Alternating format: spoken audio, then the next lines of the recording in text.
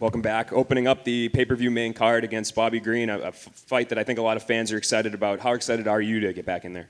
Man, I'm so excited. I'm so pumped. I would fight tonight. I'm so excited for this matchup.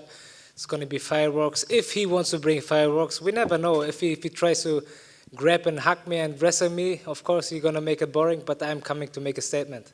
And a little bit more normal preparation than the last time, I'm assuming, for you. I don't think you maybe were cutting as much weight on a plane, rushing to get here. When you look back on that experience, how do you feel like that helped you grow as a fighter, person? Was there any positives that came out even though you lost? Oh, unbelievable. The last fight, not even the fight itself, in my opinion, was very tough on myself. Just the circumstance, they were crazy, you know. I took the fight on 5 weeks' notice, flew to America, trained at King's MMA, then my mother, she passed away. May God give it a paradise. And then I flew back to the funeral. Then I had visa problems until the last day. I arrived the night of the weight cut. I cut weight. I made weight. Then I fought the number 8 guy in the world. And I couldn't perform as usual, you know. I went to the decision with the guy who fought the fight of the year with Poirier. So I'm not satisfied with the loss, you know. But in the end, it made me grow as a person a lot. Not as a fighter only, as a person. Just the circumstance, if I flash back, I'm like, how did I did it, you know? And this is like crazy. And I think it made me grow mentally a lot, and it made me much, much tougher. And I know fighters never like to make excuses about things, but I guess how much do you weigh that loss with what happened? Like, do you think that it was just the circumstances? Were there things in that fight you could have done better, regardless? Me, when I step into the cage, I'm like, it's 0-0, you know? All the injuries, all the circumstances, it's in your responsibility. If you enter the cage, there are no excuses anymore. Dan Hooker, he executed his game plan very good, and he won, you know, on points he won. In my opinion, it was not a good performance by myself, of course not. I fought on a back foot. I was analyzing him too much because he knocked out like Gilbert Burns, he knocked out so many guys, you know, so I was expecting a very dangerous striker, so I kind of took the fight very like slowly, tried to read him, and the round went 5 minutes over, and then I was like, man, 5 minutes over, and then he tried to wrestle it.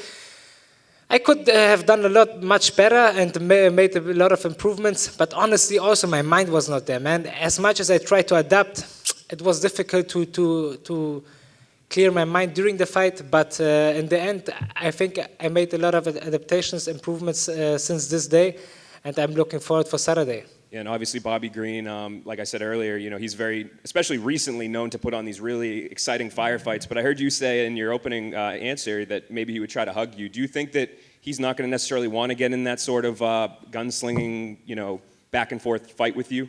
We never know, because last fight I was never expecting Hooker to try to shoot. Actually, he didn't shoot until the last minute of the first round when I hit him with some nose shots. His nose was bleeding and he was kind of shooting.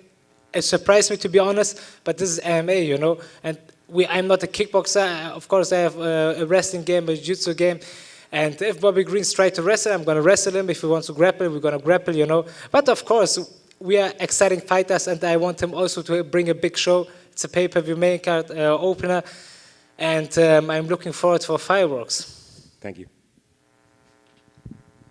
Right here. Bobby's also known to talk a lot when he's fighting, like he's talking at his opponents. Have you had to implement anything in training to prepare for like that part of his mental warfare? Man, I think this is the last thing I worry about. Even if he tries to whatever, mentally I'm that strong. I'm just laughing about this. This is like for kids game, you know what I mean? Oh, you hit me with a good shot, oh, like trash talk, you know? Even trash talk, man, like. What's he gonna do? He gonna fight me with his words or with his hands? You know, we have 2 hands, 2 legs. This is his weapon. It's not his tongue. You know, we are not politicians, and in the end, he needs to deliver with his punches and not with his mouth. I think a lot of fans they view Bobby Green as this striker. When he goes in there, he likes to strike, but he only has 1 knockout victory in like 8 years or something like that. So when you're studying his game, what stands out to you from Bobby Green?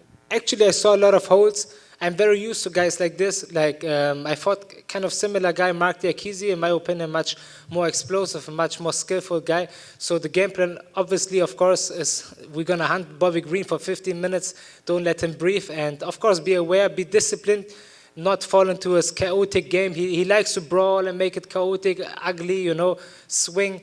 And we're gonna stay disciplined and execute a 15 minutes very well prepared game plan. here.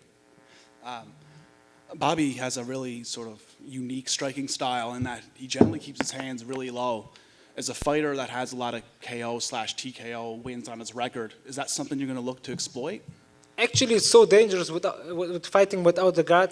Like some guys, you know, they have such a good head movement. They can parry some, like they can slip a lot of punches, but you cannot slip every punch. And especially with the Fawn's gloves, you just need to crack him with a jab, and he can go down. You know, so it's a very dangerous game.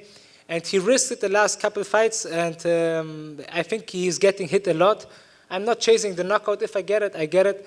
But I'm gonna say very disciplined. I learned a lot through my 8 UFC fights. I gained a lot of experience. So I'm not in that state. I need to go in 1 minute knockout, hit him with everything, and gas out. You know, 15 minutes. I'm gonna say disciplined. If I knock him out, I knock him out. If not, 15 minutes domination.